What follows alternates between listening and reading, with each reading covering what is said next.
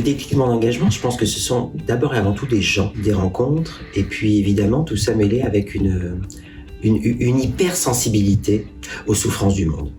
Ça peut paraître un peu grandiloquent. Je pense que ça a commencé assez tôt, dès l'école, quand je voyais la souffrance de certains camarades qui crânaient, évidemment, quand ils étaient pointés du doigt, traités de cancre, humiliés.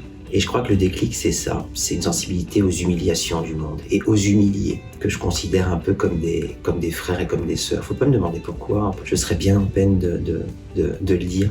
Je parlais de rencontres, il y a aussi ma grand-mère, qui a été pour moi vraiment une source d'amour, une source de sagesse, une source de tendresse, une source d'humanité en fait. C'est un modèle de vie, un modèle humain après lequel je cours jusqu'à présent. Peut-être une autre rencontre, celle avec des jésuites au Guatemala. Des gens dont la grandeur était d'incarner ce à quoi ils croyaient et d'aller jusqu'à donner leur vie pour ce à quoi ils croyaient. Beaucoup d'émotions, repenser à ça, et beaucoup de respect, un infini respect aussi pour cette humanité qui quelque part à partir de gens comme ça éclaire la nôtre.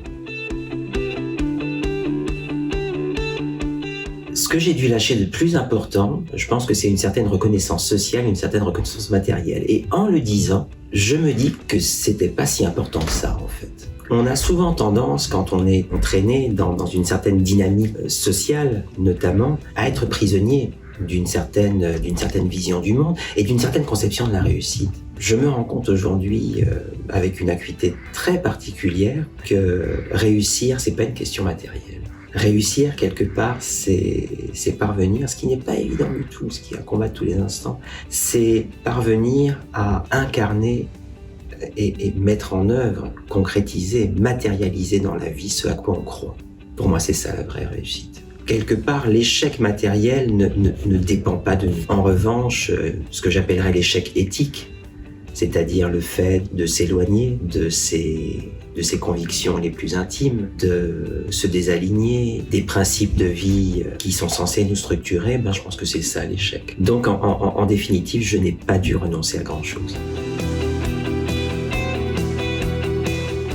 Ça paraîtra peut-être un peu candide, mais la chose la plus merveilleuse que j'ai pu découvrir à travers ce chemin, c'est que le monde est beau, c'est que les gens sont beaux et qui sont étonnants, surprenants, bouleversants, pour peu qu'on prenne la peine de les rencontrer vraiment. Et je crois que la difficulté, elle est là.